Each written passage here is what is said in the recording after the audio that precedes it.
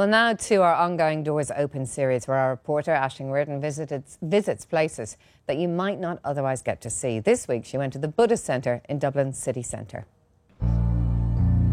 It looks a bit dreary from the outside, but it's actually quite lovely and bright on the inside. The Dublin Buddhist Centre has been around for over 20 years and it's located just off Talbot Street. Basically, the building is it's a combination of things. First of all, it's the home of a spiritual community. So there's a number of people who come here who feel like they're Buddhists. They want to practice Buddhism with other Buddhists, learn more about Buddhism, take their practice deeper, their understanding of what Buddhism means and the relevance to their own lives. And then there's the other element, which is we introduce people to Buddhism and aspects of Buddhism. So a big part of our program will be meditation classes. So a lot of people want to learn how to meditate these days, and we're really happy to teach people to meditate. We're not interested in people becoming Buddhists. A lot of people just want to learn to meditate, and we're fine with that.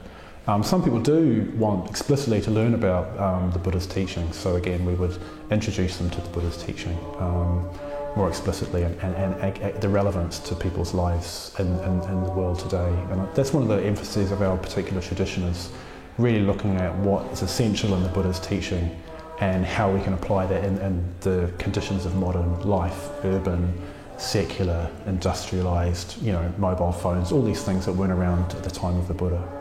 And explain what Buddhism is. Buddhism basically is a path. So Buddhism started with the Buddha.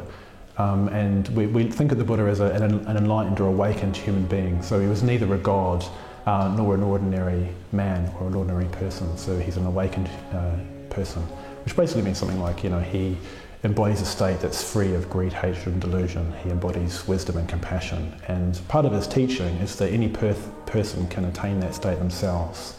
So what he teaches is a path to that state of awakening or enlightenment. So it's basically Buddhism as a path. So I'll just show you the shrine cupboard. So in the shrine cupboard we've got statues of the Buddha and also various other representations of aspects of enlightenment. So this is something that sometimes people find a bit confusing about Buddhism, is you have representations of the Buddha, who is the man who lived 2,500 years ago in India, and you also get what you might call mythological or symbolical representations of different aspects of the enlightened mind. For example, on the left there we've got the 1,000-armed, 11-headed Avalokiteshvara, and what he represents compassion. So the way that the compassion of the Buddha reaches out to people and responds to their particular needs. So that's why he's got those 1,000 arms, which are symbolised there, and each hand of those arms has an eye, and the eye sees. So there's a real emphasis in Buddhism that it's not enough just to be compassionate and want to help. You need to do that intelligently with a real awareness of what people really need. My Buddhist name is Pranya Gita, and that means Song of Wisdom. So I joined the Triratna Buddhist Order 11 years ago, and I had been in training for about 7 years. And what that means is that I did retreats, study groups, I made friends with different people in the training process, as well as other people who are in the Triratna Order already. Because the spiritual community is a really important aspect of what we do, making connections and helping each other sort of develop in our Buddhist practice. But ordination in our tradition is not like Christian ordination. So I'm not a nun, or we don't have nuns or monks. We are called dharmacharis for men and dharmacharinis for women, which means we fare in the dharma. So I don't have to be celibate. There's many people in the order who are married, have families, work in different professions. And then there's other people like me who work in Buddhist centres.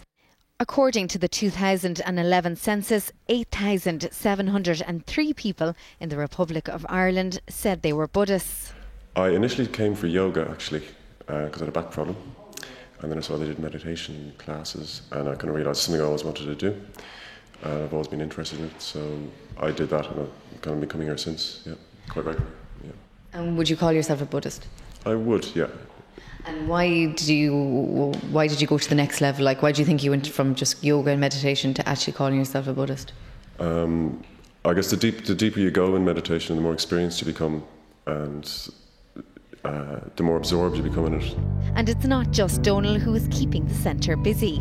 More meditation and yoga classes are starting this month to keep up with the demand. Aisling Riordan reporting there.